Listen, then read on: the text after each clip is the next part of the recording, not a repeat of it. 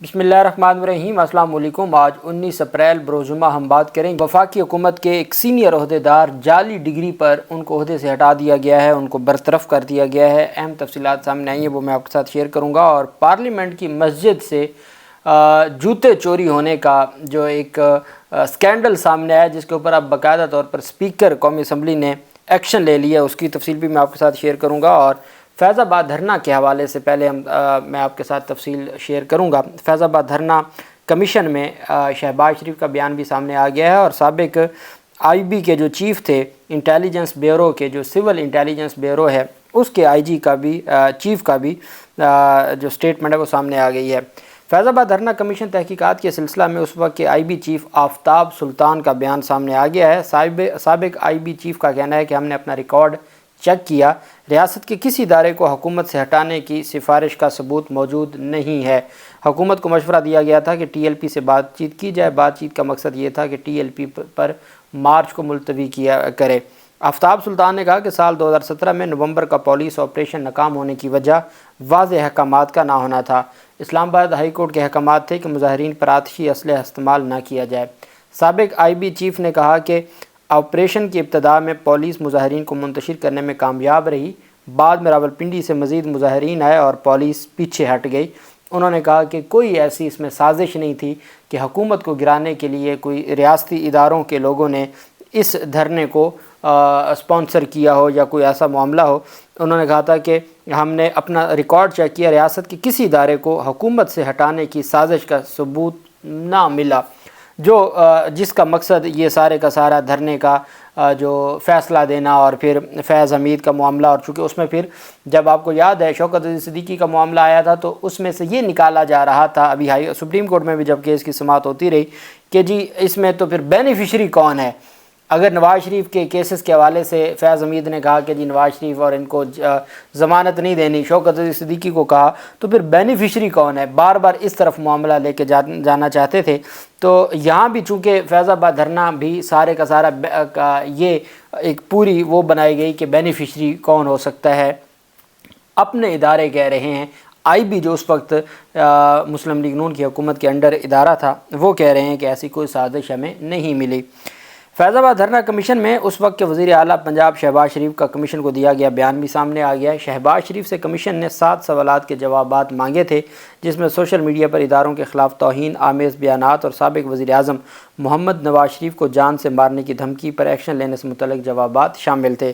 شہباز شریف نے فیض آباد دھرنا کمیشن کو دیے گئے بیان میں کہا کہ پنجاب میں امن و امان کے معاملات پر کابینہ کی ذیلی کمیٹی برائے امن تشکیل دی گئی تھی، جو صوبائی وزیر قانون اور بعض دیگر اہم صوبائی وزراء پر مشتمل تھی۔ انہوں نے اپنے بیان میں بتایا کہ ٹی ایل پی پر پابندی سے متعلق انٹیلیجنس کی کوئی رپورٹ صوبائی حکومت سے شیئر نہیں کی گئی تھی۔ اس وقت فیض آباد دھرنے کا اندازہ نہیں تھا۔ ڈی سی راولپنڈی، کمشنر، سی پی او اور آر پی او کو ذیلی کمیٹی برائے امن و امان سے واضح ہدایات موصول ہوئی تھیں۔ انہوں نے سارا ملبہ ڈال دیا اپنے حکومت کی ایک ذیلی کمیٹی پہ، جو اس وقت رانا ثناءاللہ جس کو ہیڈ کرتے تھے، کہ ذیلی کمیٹی نے پولیس حکام کو کہا، ذیلی کمیٹی نے وہ کیا۔ یہ سارا افسران کو ہدایات تھی کہ اسلام آباد انتظامیہ کو ہر ممکن تعاون فراہم کریں۔ سابق وزیر اعلیٰ پنجاب کا اپنے بیان میں کہنا تھا کہ کسی تنظیم پر پابندی انسداد دہشت گردی ایکٹ میں دیے گئے سخت معیار کے تحت ہوتی ہے۔ پابندی وزارت داخلہ اپنے مینڈیٹ کے مطابق عائد کر سکتی تھی۔ طاقت کے استعمال سے ملک میں امن و امان کی صورتحال پیدا ہو سکتی تھی۔ شہباز شریف کے بیان میں کہا گیا کہ ٹی ایل پی کے رہنماؤں کے ساتھ سیاسی مذاکرات ہو رہے تھے۔ ٹی ایل پی اور وفاقی حکومت کے درمیان معاہدے میں اتفاق کیا گیا تھا، طے ہوا تھا ٹی ایل پی رہنماؤں اور کارکنان کے خلاف مقدمات قانونی طریقہ کار کے بعد واپس لیے جائیں گے۔ اب شہباز شریف کہتے ہیں جی کہ مجھے تو پتہ ہی کوئی نہیں تھا نا، میں تو ان سارے معاملات میں، مجھے تو آپ باہر رکھیں۔ ایک تو ہماری ذیلی کمیٹی تھی جو رانا ثناءاللہ جس کو ہیڈ کرتے تھے، انہوں نے راولپنڈی کے سی پی او اور ڈی سی اور کمشنر اور آر پی او اور فلاں ان کو کہا، اور وہ ذمہ دار ہیں، یا پھر وفاقی حکومت نے اور وفاقی حکومت کی وزارت داخلہ نے ان کے ساتھ مذاکرات وغیرہ کیے تھے، یا پابندی بھی لگانی تھی تو وہ انہوں نے لگانی تھی، میں نے کوئی تھوڑی لگانی تھی۔ اس وجہ سے انہوں نے کہا جی کہ میرا اس میں کوئی قصور نہیں ہے، لیکن جو کمیشن کی رپورٹ ہے وہ یہ بتاتی ہے کہ سارے کا سارا قصور انہی لوگوں کا تھا۔ پارلیمنٹ کی مسجد سے جوتے چوری ہو گئے۔ اچھا، آج پاکستان تحریک انصاف کے رہنماؤں کے خلاف، 2 ایم این ایز کے خلاف ایک جو دستی کے خلاف اور جمشید دستی کے خلاف اور ایک اور MNA ہیں ان کی رکنیت معطل کی گئی ہے جی، سیٹیاں بجائی گئی ہیں۔ صدر پاکستان کا خطاب تھا، صدر پاکستان کے خطاب میں ملک کے 5 جو بڑے عہدیداران ہیں باشمول چیف جسٹس آف پاکستان کے اور چیف آف آرمی سٹاف کے، وہ تو آئے نہیں اس میں، وہ تو اس اجلاس میں انہوں نے شرکت ہی نہیں کی، صدر کا پہلا خطاب ہی نہیں سنا۔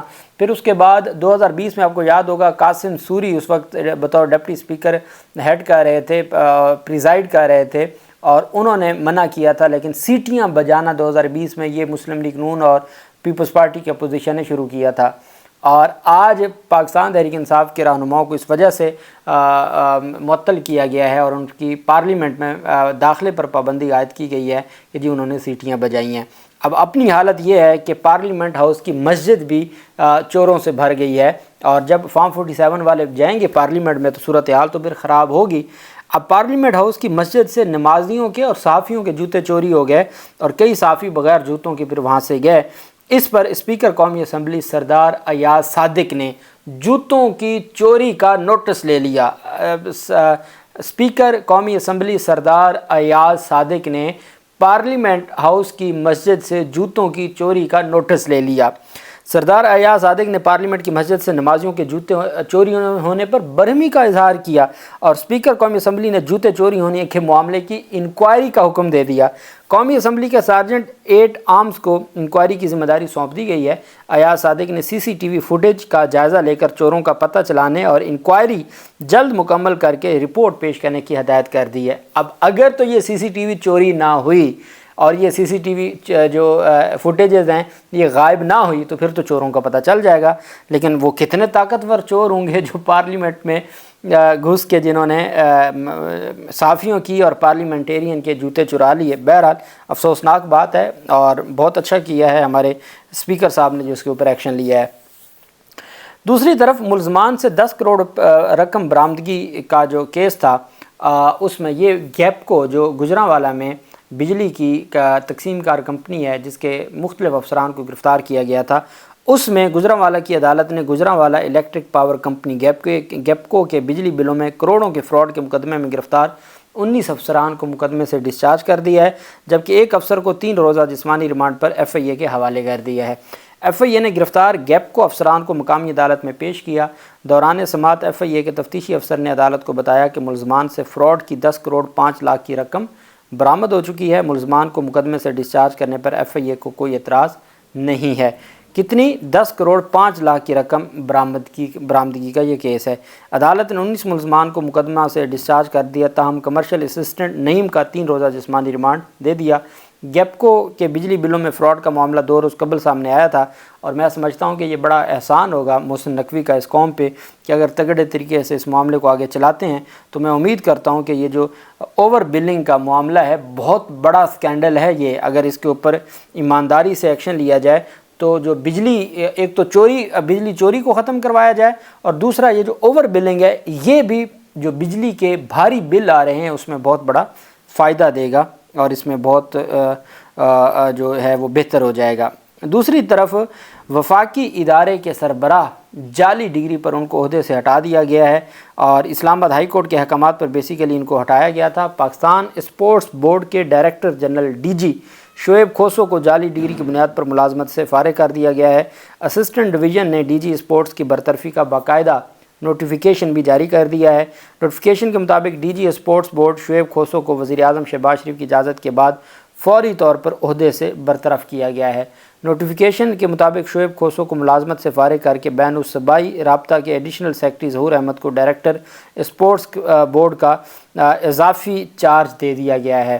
شعیب کھوسو کے خلاف گزشتہ کچھ عرصہ سے جعلی ڈگری کیس کی انکوائری چل رہی تھی، اور اس کے اوپر باقاعدہ طور پر جو ایک فیصلہ آیا تھا اسلام آباد ہائی کورٹ کا، اور اس کے بعد پھر یہ ساری کی ساری جو کارروائی ہے وہ ہوئی ہے، اور اس میں یہ سامنے آیا تھا کہ ان کی ڈگری جو ہے وہ جعلی ہے، اور اس وجہ سے ان کو ہر صورت ہٹانے کا حکم دیا گیا تھا، جس پر اب آ کے عمل درآمد ہوا ہے، اور اب عمل درآمد کرتے ہوئے عدالت کی جانب سے جو عدالتی احکامات پر عمل درآمد کرتے ہوئے حکومت نے ان کو عہدے سے ہٹا دیا ہے۔ یہ اہم جو پیش رفت ہے وہ سامنے آئی ہے، اور جو جعلی ڈگری کا یہ معاملہ ہے، جب اتنے بڑے پیمانے پر لوگ اتنے بڑے بڑے عہدوں پر بیٹھے ہوں اور یہ حالات ہوں۔ یہ D G Pakistan sports board Shoaib Khoso کی تقرری امجد فاروق نے اسلام آباد ہائی کورٹ میں چیلنج کر رکھی تھی، اور اس میں جو ہے وہ جو ملک امجد فاروق کے وکیل نوید ملک نے D G Pakistan sports board کی جعلی ڈگری کی دستاویزات اسلام آباد ہائی کورٹ میں جمع کروائی تھیں، اور عدالت کے طلب کرنے پر ڈی جی سپورٹس بورڈ وزارت بین الصوبائی رابطہ کی کارروائی کی تصدیق بھی پیش نہ کر سکے، اور اس بنیاد پر عدالت نے ان کو عہدے سے ہٹانے کا حکم دیا تھا، جس کو باقاعدہ طور پر ہٹا دیا گیا ہے۔ اللہ پاک پاکستان کا حامی و ناصر ہو۔ بہت شکریہ۔ اللہ حافظ۔ پاکستان زندہ باد۔